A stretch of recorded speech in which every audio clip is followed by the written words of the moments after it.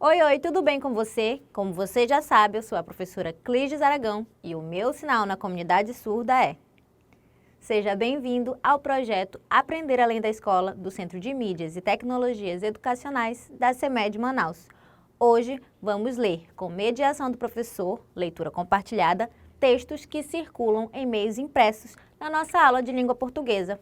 Preparado? Então embarque comigo na minha, na sua, na nossa hora de aprender. Juntos, já aprendemos que os meios impressos também podem ser chamados de mídia impressa ou mídia offline. Esse é um meio de comunicação tradicional e se refere a materiais que são impressos em gráficas ou em locais específicos. Os meios impressos são utilizados por todos nós, sejam eles documentos, revistas, jornais, livros, panfletos, cartazes, entre outros. Eles podem ser encontrados por toda a parte. O livro é um texto em meio impresso e, como você sabe, eu adoro livros e histórias. A leitura de um livro pode ser muito prazerosa, leva-nos a explorar diversas histórias. Além disso, o livro é uma fonte riquíssima de informação e entretenimento. Para a aula de hoje, eu tenho um convite para você. Vamos fazer nossa última viagem no mundo da leitura? Hoje, vamos fazer uma viagem sem sair do lugar, vivenciando tudo o que ocorre no texto. Para isso, vamos precisar tirar nosso passaporte de leitores. E nele, vamos começar a registrar todas as nossas viagens daqui em diante. Combinado? Você pode utilizar um caderno para fazer o registro das leituras. Eu vou fazer o meu passaporte aqui e você construirá o seu passaporte aí na sua casa, certo? Vamos começar? Primeiro, é muito importante fazer a leitura dos 10 princípios do leitor. Vamos ver quais são? É direito do leitor gostar do cheiro de livro novo. É direito do leitor escolher sua leitura. É direito do leitor ler onde e quando quiser.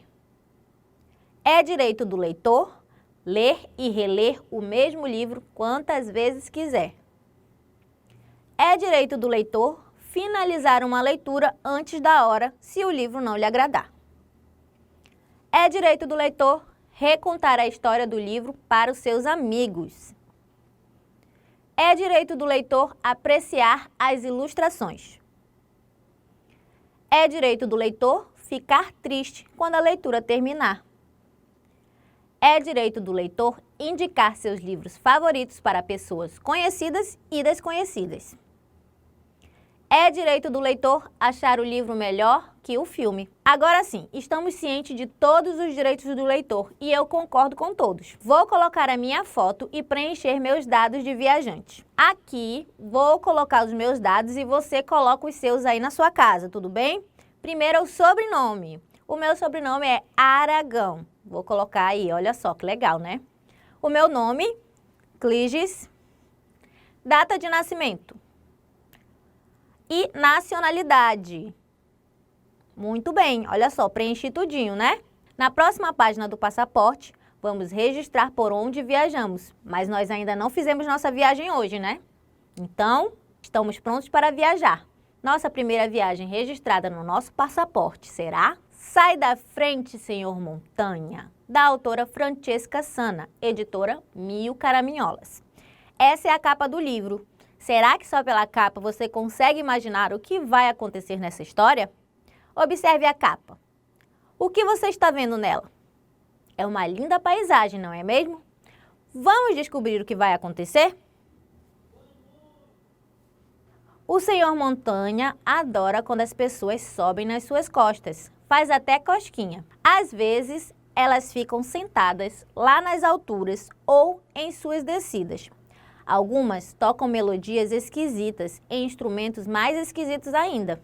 O Senhor Montanha gosta muito de música, só não gosta quando as pessoas vão embora e deixam aquela bagunça para trás. Ele, então, fecha os olhos. Nada pode atrapalhar a sua paz. Ou, pelo menos, ele acha que nada pode atrapalhar. Olá, montanha! Será que você pode sair da frente, por favor? Alguém grita. O Senhor Montanha abre um olho só. Lá embaixo tem uma menina apontando o dedo para ele. Eu disse, Será que você pode sair da frente, por favor? O senhor Montanha fica chocado. Como essa pessoinha acha que pode falar com ele desse jeito? Ele respira fundo, conta até 10 e responde com toda a calma do mundo. Eu sou o grande senhor Montanha. Você não pode gritar assim comigo. Eu sou a Lili, diz a menina impaciente.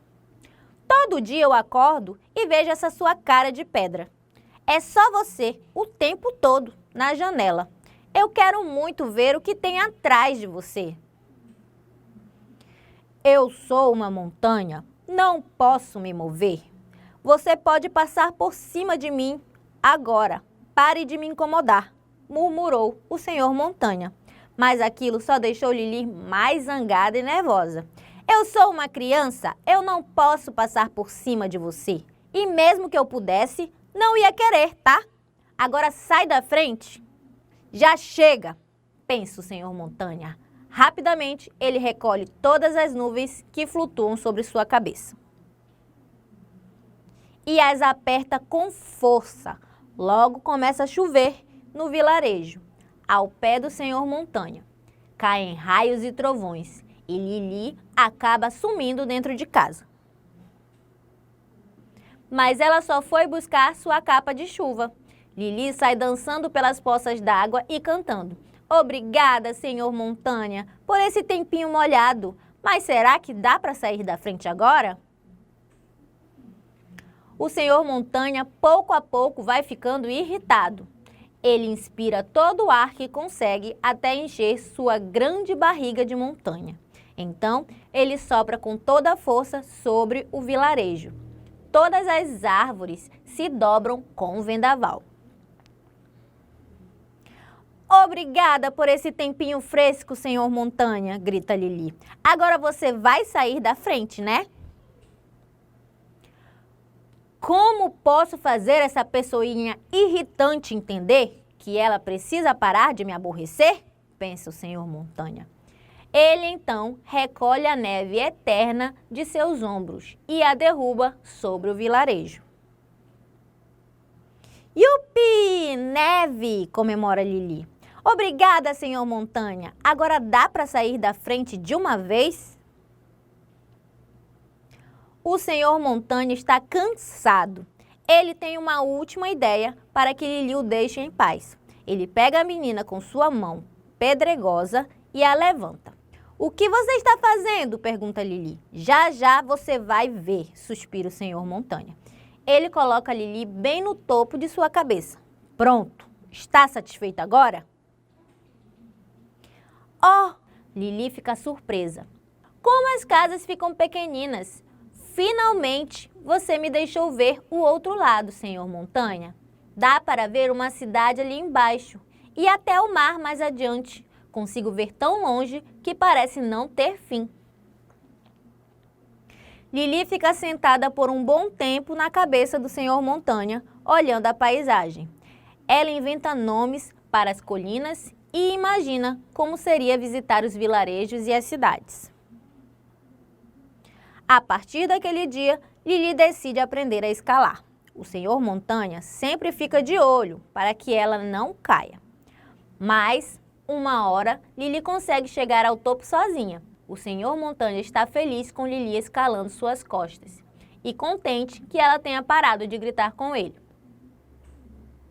Um dia, Lili não aparece. Passam-se semanas, meses até. Pela primeira vez, o tempo demora a passar para o senhor Montanha. Durante milhões de anos, ele não teve nenhuma companhia, nenhumazinha. Mas agora, sente tanta falta de Lili. O senhor Montanha está cada vez mais triste. Ele sente tantas saudades que deixa suas lágrimas de chuva caírem sobre o vilarejo. Quando dá um soluço mais forte, a terra chega a tremer. As pessoas reforçam suas casas para que elas não desabem e nunca saem sem um guarda-chuva. Num dia feioso, o senhor Montanha ouve uma voz. Olá, senhor Montanha. Lili está de volta e ela cresceu um tantinho. Pela primeira vez, o senhor Montanha lamenta que não possa se mover. Como ele gostaria de ter dado um pulo de alegria. Lili conta ao Senhor Montanha as histórias de suas viagens. Ela visitou muitas cidades, passou por terras estrangeiras e conheceu o mar de pertinho. Até outras montanhas ela escalou. Lili mostra todas as suas fotos para o Senhor Montanha.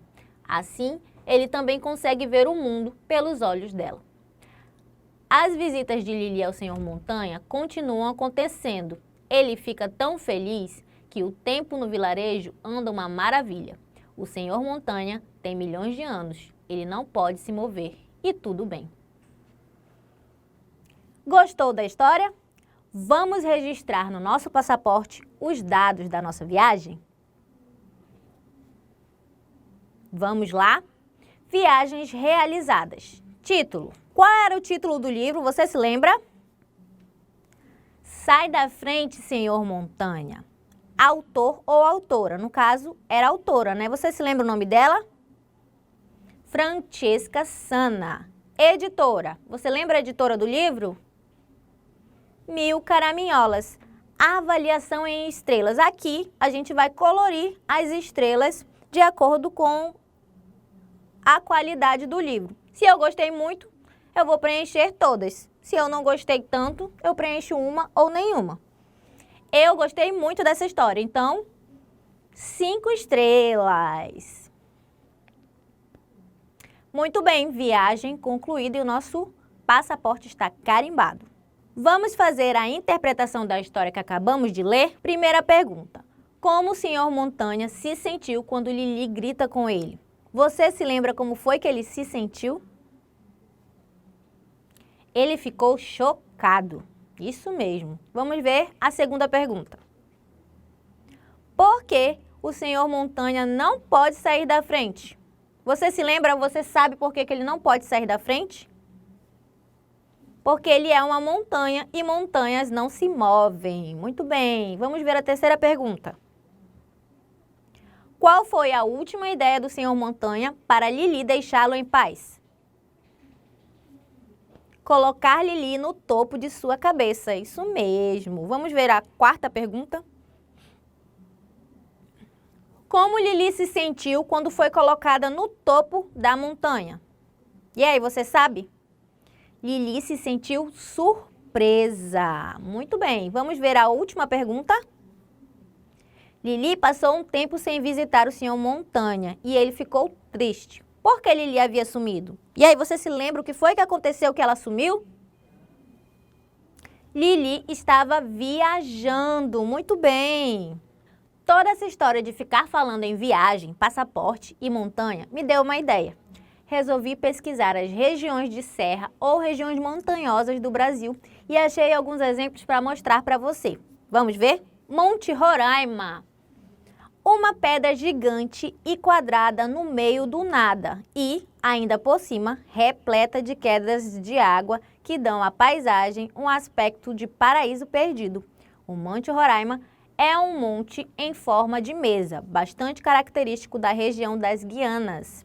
O Monte Roraima está localizado na Serra de Pacaraima, na tríplice fronteira entre Brasil, Venezuela e Guiana. Vamos ver o próximo. Pedra Riscada. Considerado o maior monolito das Américas, ela é formada por uma única e maciça rocha, com 850 metros de desnível. O nome Pedra Riscada realmente descreve bem, pois ela possui várias ranhuras que à distância parecem riscos verticais feitos a lápis. Localização. A Pedra Riscada está localizada em São José do Divino, Minas Gerais, em uma região famosa por concentrar os maiores afloramentos de granito do Brasil.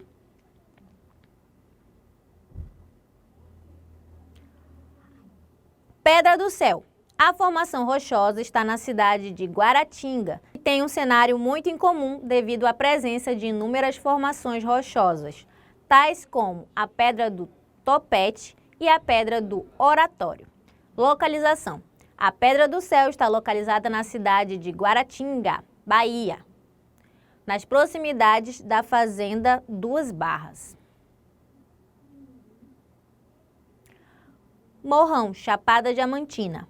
Morrão é o nome mais tradicional dado ao Monte Tabor, que é uma das mais belas paisagens da Chapada Diamantina e local de uma das nascentes do rio Mucujezinho.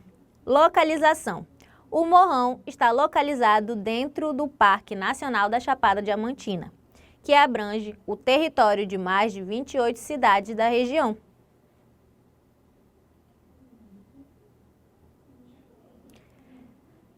Pico Desejado, Ilha da Trindade. Este talvez seja o pico mais remoto do Brasil. O Pico Desejado está na Ilha da Trindade, distante 1.167 quilômetros da costa brasileira, mas ainda território pertencente ao município de Vitória, Espírito Santo. O cume do Desejado é o ponto culminante da ilha, com 620 metros acima do nível do Atlântico. Localização. O Pico Desejado está localizado na Ilha da Trindade, próximo ao ponto mais ao leste de todo o território brasileiro. Você sabia disso tudo? Quantos montes altos e lugares lindos, não é verdade? Hoje nós viajamos e conhecemos algumas das belas regiões do nosso país. E toda essa viagem começou com a prazerosa leitura de um livro. Então, para finalizar a aula de hoje, vou ler uma poesia que está aqui, nesse caderno na minha mão. O nome da poesia é Livros Livres, Homens Livres. O autor é o Paulo Vogt. Livros livres, homens livres. Eu leio, releio, aprendo e conheço. Faço uma viagem pelo mundo, respiro fundo. E eu sou mais feliz. Um outro mundo é possível através dos livros. Há um outro mundo à sua espera. Conhecimento, cultura e felicidade lhe esperam a partir da primeira página. Poetas, professores, estudantes ou simples trabalhadores, todos beneficiados com este mundo mágico dos livros. Ah, meu livro, quando te abro, não quero te fechar. Ah, meu livro, quando te acho, não quero te deixar. Ah, meu livro, quando te leio, me encontro, me completo. Não quero descansar. Gostou da poesia? Antes de finalizar a aula de hoje, vamos exercitar tudo o que aprendemos na nossa hora da atividade. Atividade 1. Sobre o livro Sai da Frente, Senhor Montanha, da autora Francesca Sanna, responda. Quais são os personagens da história? E aí, você consegue se lembrar quem são os personagens da história? Isso mesmo, o Senhor Montanha e a Lili, que está aí, ó, você está vendo na figura, na capa? Muito bem. Vamos ver a próxima pergunta? Por que Lili queria que o Senhor Montanha saísse da frente? E aí, você se lembra o porquê que ela queria tanto que ele saísse da frente? Lili queria ver o que tinha atrás da montanha. Muito bem, vamos para a atividade 2. Atividade 2. Observe as imagens abaixo e circule apenas os textos em meios digitais. Nós temos a imagem do jornal, uma imagem de um celular, a imagem de revistas, a imagem de um tablet, a imagem de um livro e a imagem de um notebook. Vamos ver qual dessas imagens são meios digitais, tudo bem? O jornal é um meio digital? Não, né? Então nós não vamos circular. O celular é um meio digital? Sim, então nós vamos circular, muito bem. Revistas são meios digitais? Não, elas são meios impressos, então nós não vamos circular. O tablet é um meio digital? Sim, então nós vamos circular. Livro é um meio digital? Não, o livro é um meio impresso. Notebook é um meio digital?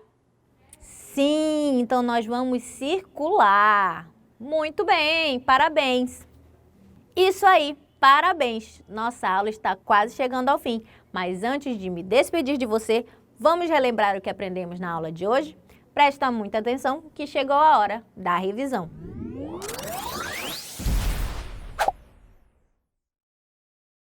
Na aula de hoje, falamos sobre os textos em meios impressos, em especial sobre o livro. Fizemos o nosso passaporte leitor. E de hoje em diante você registrará nele todas as histórias lidas nos livros, tudo bem? Lemos e interpretamos a história do livro Sai da Frente, Senhor Montanha. A autora e ilustradora Francesca Sana, editora Mil Caraminholas. Conhecemos algumas regiões montanhosas do Brasil. Por fim, recitei a poesia Livros Livres, Homens Livres, do autor Paulo Vogt. Nossa jornada de aprendizado desse ano acaba por aqui. Espero que eu tenha contribuído para o seu aprendizado nas nossas aulas de língua portuguesa, aqui no Aprender Além da Escola. Foi muito bom ter sua companhia e lembre-se, quando bater a saudade, você pode rever nossos vídeos quantas vezes quiser. Ah, e fica ligado, pois em breve voltarei com muitas novidades para você. Um grande beijo e até a próxima aqui no canal do Cented.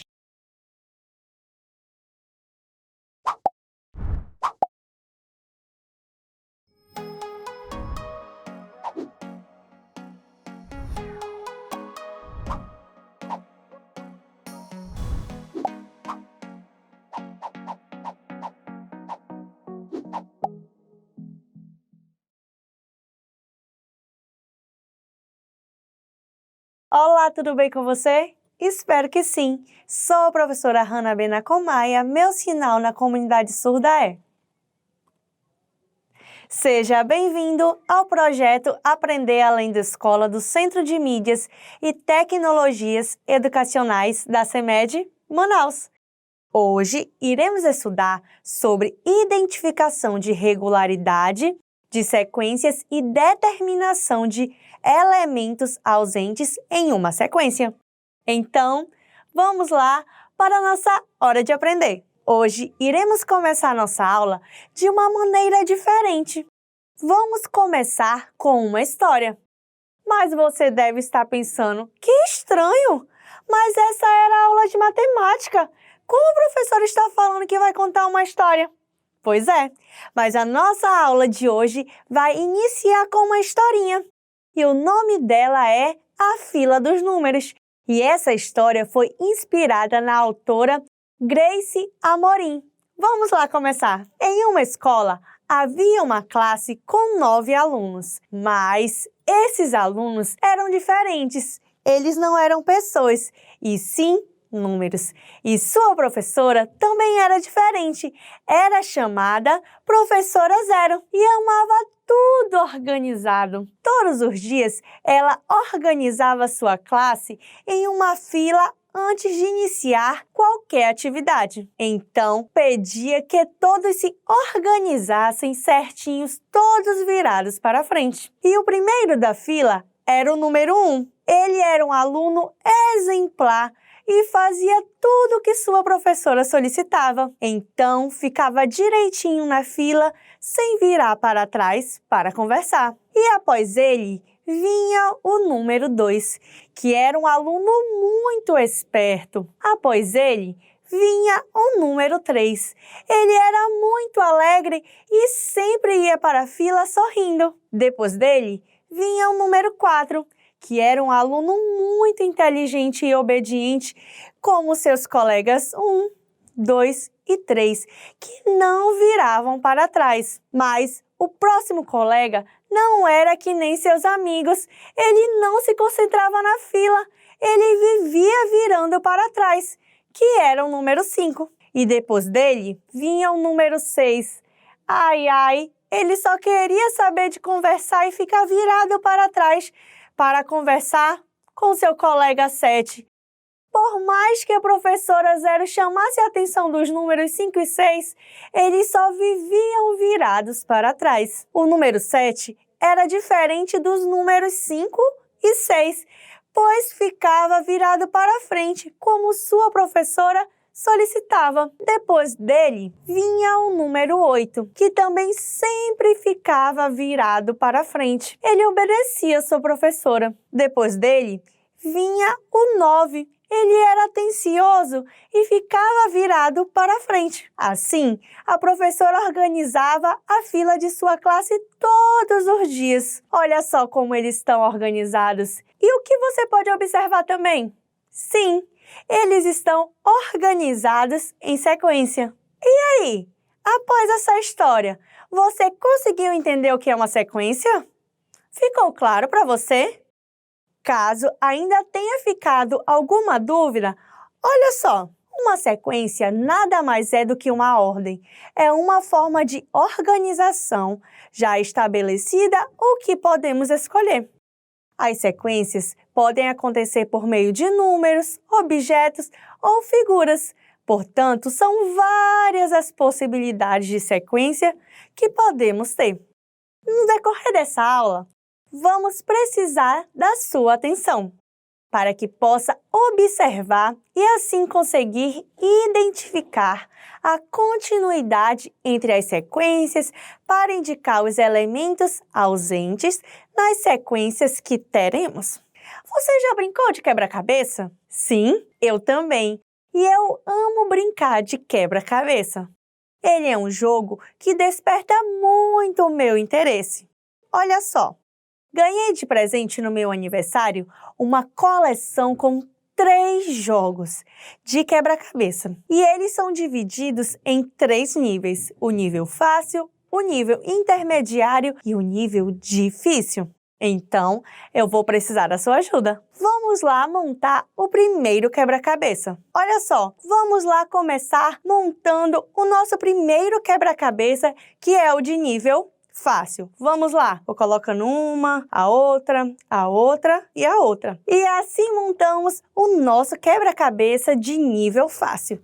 Vamos lá para o nosso quebra-cabeça de nível intermediário. Vou precisar da sua ajuda, viu? Vamos lá começar a montar. Vou colocando uma peça, a outra.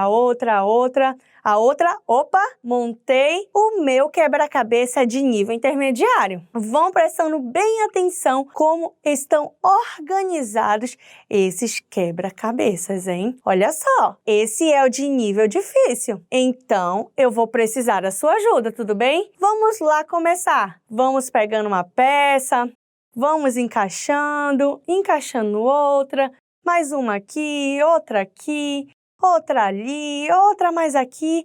Tá acabando. Vamos lá e assim montamos o nosso quebra-cabeça de nível difícil. Comparando os quebra-cabeças, no primeiro nós temos 4 peças.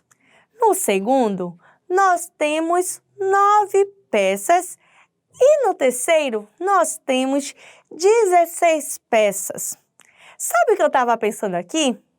É que a lógica dessas sequências é a tabuada de multiplicação. No primeiro quebra-cabeça, temos 4 peças. Para termos 4, é só multiplicar 2 vezes 2. E no segundo jogo, é só multiplicar as linhas pelas colunas. Assim, temos 3 vezes 3 é igual a 9 peças. Seguindo essa lógica, então, nós vamos fazer a mesma coisa no quebra-cabeça de nível difícil, onde nós vamos multiplicar as linhas vezes as colunas, ficando assim: 4 vezes 4 é igual a 16. Então, a sequência usada foi respeitando a lógica de 1 em 1 nas bases, a partir do primeiro quebra-cabeça, que tinha 2 peças. Então, foi-se somando nas bases 2 mais 1 e tivemos o segundo quebra-cabeça que tinha 3 peças na sua base. E para achar o do terceiro quebra-cabeça, bastou somarmos 3 mais 1 e tivemos 4. E conseguimos saber quantas peças teríamos nesse jogo de nível difícil. O quebra-cabeça de nível fácil tinha 2 peças na sua base, o de nível intermediário tinha 3 e o de nível difícil tinham 4 peças. Olha só, que tal irmos ao circo? Você topa? Sim, eu amo ir ao circo por causa dos shows que fazem nele. No Circo Felicidade, há muitas atrações para todos os gostos.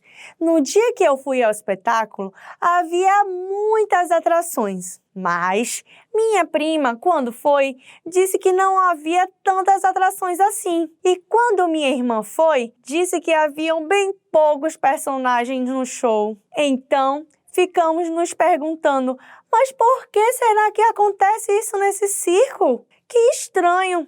Fomos então investigar junto ao responsável do circo sobre isso, porque alguns dias havia mais atrações e outros menos. Ele nos respondeu que, de acordo com a programação do circo durante a semana, as atrações mudam devido à baixa procura da população. Disse que os dias que havia menos público, eles colocavam menos atrações.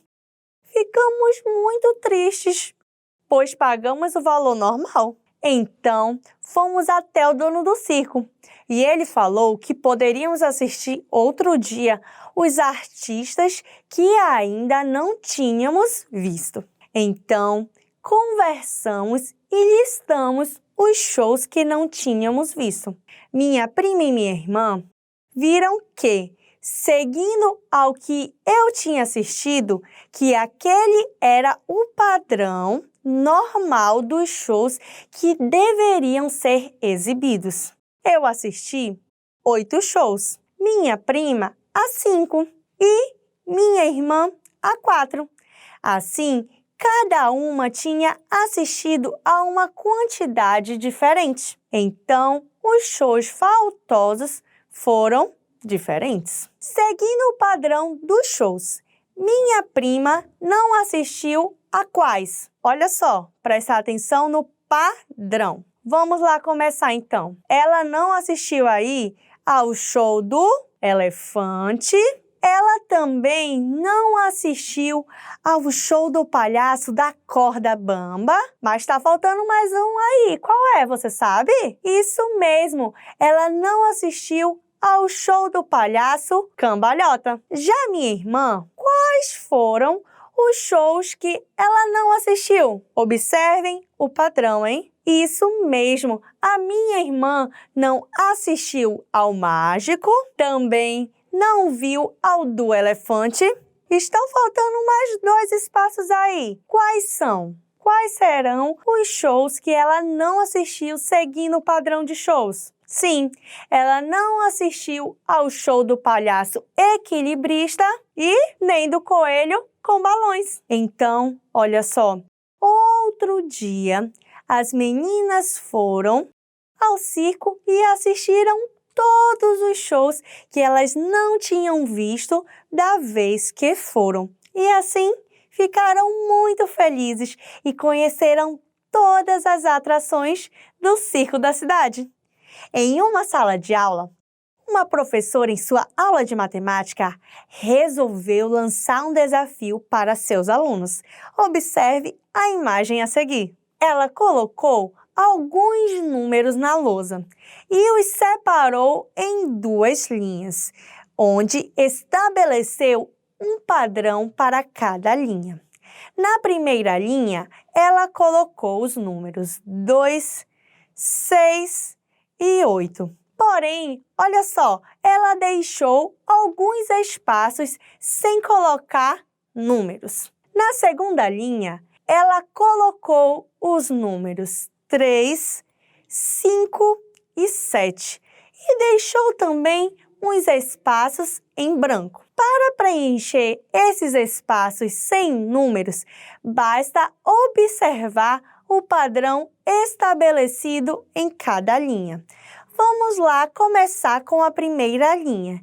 Ela colocou o número 2, em seguida um espaço, depois o número 6, após o 8 e mais um espaço em branco. Na segunda linha, temos o 3, em seguida um espaço em branco, depois o número 5. Após, temos um espaço em branco e, por último, o número 7. Agora que já analisamos cada padrão estabelecido, vamos preencher os espaços em cada espaço em branco nas linhas. Na primeira linha, observando o padrão estabelecido, você observa que a regularidade de cada número é qual? Sim, é de 2 em 2. Então, o primeiro número faltoso é o número 4.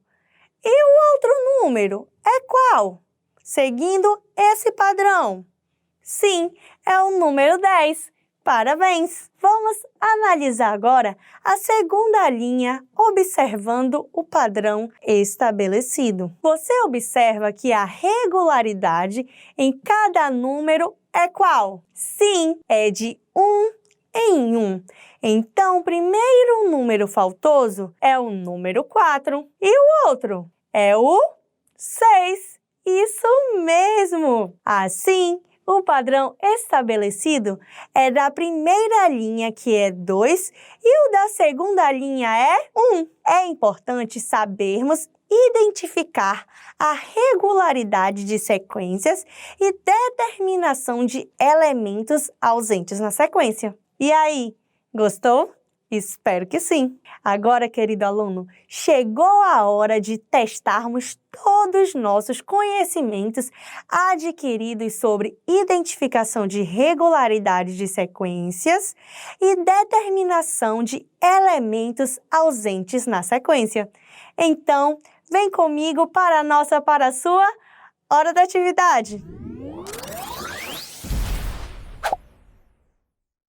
Atividade 1.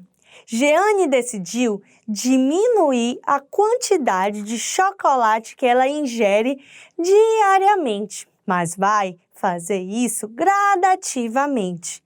Ela vai diminuindo essa quantidade durante a semana. Na segunda-feira, ela come 5 tabletes. Na terça-feira, comeu 4. Na quarta-feira, 3. Na quinta-feira, 2. Seguindo a lógica dessa sequência recursiva, quanto ela comeria de chocolate na sexta? E aí, é a letra A, 4, letra B, 1 ou letra C, 2 tabletes de chocolate? Preste atenção como está organizado essa sequência, tudo bem? E aí? Se você marcou a letra B com 1 tablete, você acertou! Parabéns! Isso mesmo, na sexta-feira ela comeria apenas 1 tablete de chocolate. Atividade 2. Agnes tinha que fazer uma atividade na escola com tampinhas de garrafas. Então, traçou uma meta. A cada dia que passasse, ela teria que duplicar a quantidade de tampas que deveria recolher. Ela tem o período de 5 dias para conseguir, que são eles: segunda, terça, quarta, quinta e sexta-feira. Mas, dia de quarta-feira, ela tem aula de espanhol. Nesse dia, ela não conseguiria recolher essas tampas. Observe esse quadro e diga quantas tampas ela deveria recolher nessa quarta-feira. Na segunda-feira aí, ela tem 2 tampas. Na terça-feira, 4 tampas. Na quarta, ela não colocou nada. Qual será a quantidade que ela deveria ter aí? Na quinta, ela tem 8 tampinhas. E na sexta, ela tem 10 tampinhas. Seguindo essa sequência, qual a quantidade de tampinhas que Agnes deveria recolher na quarta? Letra A, 6 tampinhas? Letra B, 3 tampinhas? Ou letra C, 8 tampinhas? E aí, se você marcou a letra A, você acertou. Ela teria que recolher nos dias de quarta-feira 6 tampinhas. Parabéns pela sua participação nas nossas atividades de hoje. Agora, querido aluno, chegou a hora de lembrarmos um pouco do que vimos na aula de hoje. Então, venha comigo para a nossa hora da revisão.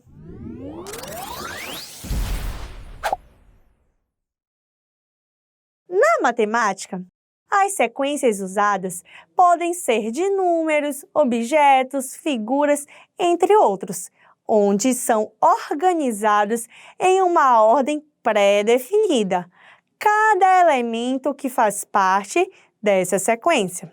Cada parte que faz parte dessa sequência pode ser chamado de elemento. A ordem em que o elemento aparece é a posição dele na sequência. E a sequência recursiva é quando um elemento, ela depende do elemento anterior, seja números, seja objetos ou figuras. Agora, terminamos mais uma aula cheia de descobertas sobre a matemática. Deixo aqui um grande abraço. Eu espero você na próxima aula. Um beijo. Tchau, tchau!